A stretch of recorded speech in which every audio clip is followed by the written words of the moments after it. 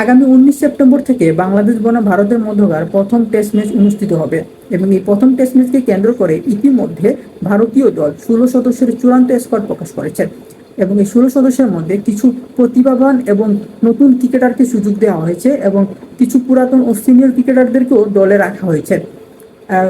এই 16 সদস্যের স্কোয়াডের মধ্যে ওপেনিংয়ের দায়িত্ব এবং ক্যাপ্টেনের দায়িত্ব পালন করবেন রোহিত শর্মা এবং আরও দুজন ওপেনারকে সুযোগ দেওয়া হয়েছে, তারা হচ্ছেন শুভমান গিল এবং জয়সওয়াল।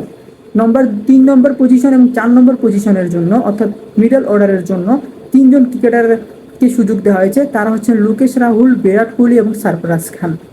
এবং লো মিডল অর্ডারের জন্য অর্থাৎ 5 এবং 6 নম্বর পজিশনের জন্য 2জন উইকেট রক্ষক ব্যাটসম্যানকে রাখা হয়েছে, তারা হচ্ছেন ঋষভ পান্ট এবং ধ্রুব জুয়েল। ধ্রুব জুয়েলের এই প্রথম বারের মতো তিনি ভারতীয় দলের টেস্ট ফরম্যাটের ক্রিকেটে সুযোগ পেয়েছেন। এমনও হতে পারে তাকে প্রথম ম্যাচে ঋষভ পান্টের পরিবর্তে তাকে উইকেট রক্ষক ব্যাটসম্যান হিসেবে খেলাতে পারে ভারতীয় দল।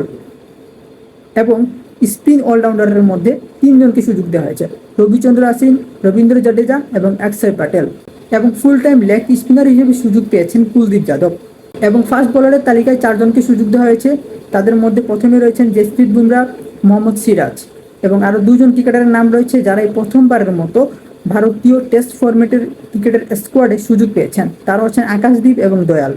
এই হচ্ছে ভারতীয় দলের 16 সদস্যের স্কোয়াড, যারা প্রথম ম্যাচে আগামী 19 সেপ্টেম্বর থেকে যে বাংলাদেশের বিপক্ষে প্রথম টেস্ট ম্যাচ হবে সেই ম্যাচে এই 16 সদস্যের স্কোয়াড নিয়েই ভারতীয় দল একাদশ তৈরি করবে এবং চেন্নাই স্টেডিয়ামে এই ম্যাচটি অনুষ্ঠিত হবে।